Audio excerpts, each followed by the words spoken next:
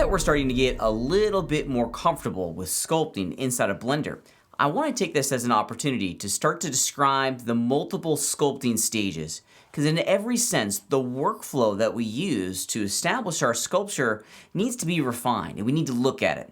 That way, we're creating a flexible work environment that allows us to be creative and to explore the possible shapes that are in front of us, but also not waste our time and work efficiently. So let's take a look at the sculpting stages, and hopefully this will help you understand the path that we're walking along.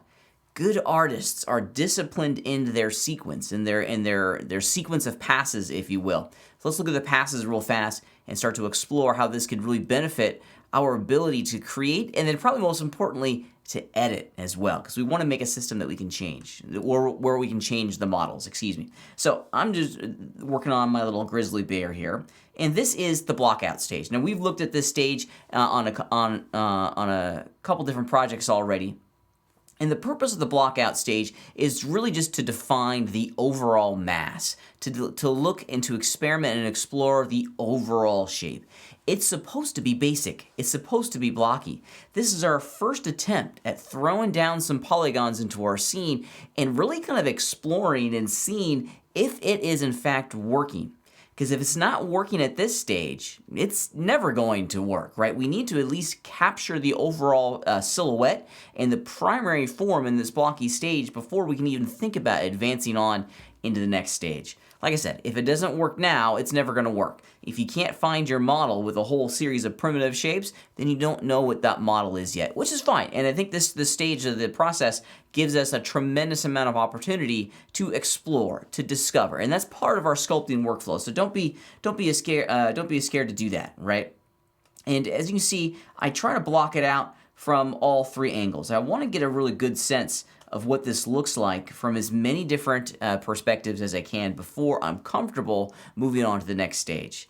Each stage is going to allow us to layer on new details. And let's start looking at what those future stages are going to look at. Now, each stage, if you will, provides a new layer of detail. So we go from our basic block out over here to what I like to lovingly call the concept sculpting stage. And the concept sculpting stage is really where we can just kind of sculpt and push and pull and create masses and forms that are a little bit more representative of what the final result is going to look like. In every sense, this concept sculpting stage is where we are the most free to just fundamentally create. I'm going to turn on the wireframes of my model here real fast so we can get a good understanding of what the concept sculpting stage produces. As you can see here, and I'm going to zoom into the face, it's a lot of dense polygons, and specifically, there are a lot of dense triangles. We're going to be using the Dyntopo toolset often when doing our concept sculpting to just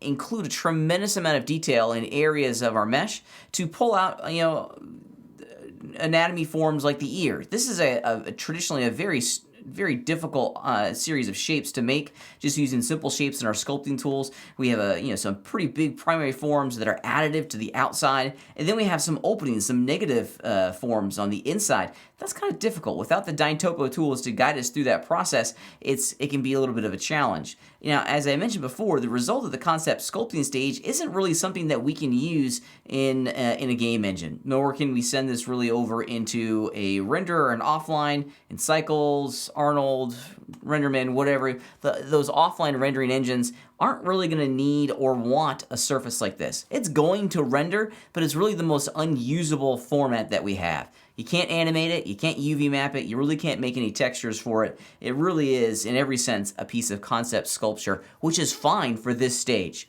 Because then we're going to advance. Once we're happy with the concept sculpture, we're going to advance on to the next stage, which is this guy. Okay.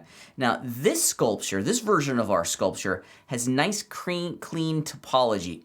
I've gone in using the retopology toolset over in Maya, and I've started to make some edge loops and some geometry that's really representative of what the overall shape captures in the concept stage, but it's usable, sculptable geometry. I have edge loops flowing around all the correct places. I have quad polygons throughout the entirety of the mesh, so I can very quickly go in and deform this, animate this, rig this, prepare this for a much more robust rendering workflow.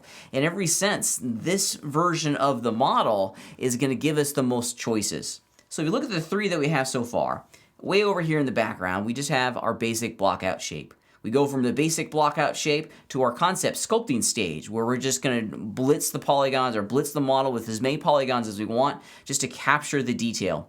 And then we're going to take that concept stage and we're going to retopologize it. We're going to use the concept sculpting model as a background mesh, and we're going to retopologize on top of it. So in every sense, the new geometry that we create in Maya is going to be glued down on top of the concept sculpting stage. We never lose this information. It's always there. We're just refining it so that we can use it inside of a real-time workflow.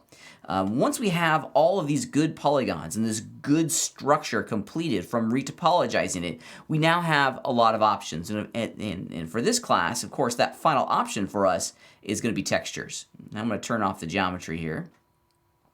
And the final step in this is to be able to go in and UV map and create a whole series of custom textures for this object that really begins to bring out the details of the sculpture itself. So these are the 4 basic stages that we're going to be working through inside of this class itself. And these are good stages to remember and to kind of keep in heart for any project. I use these 4 stages for everything that I do. We block it out.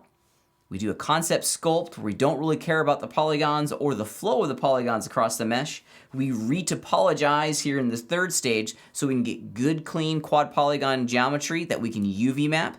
And then we take that really good foundation and then we make custom texture maps for it. So the 4 stages of our sculpting workflow right here in front of us on one project. We're going to be going through this sequence over and over and over again. In every sense, this is the basic construction sequence for all production assets that you see out there in the real-time computer graphics community.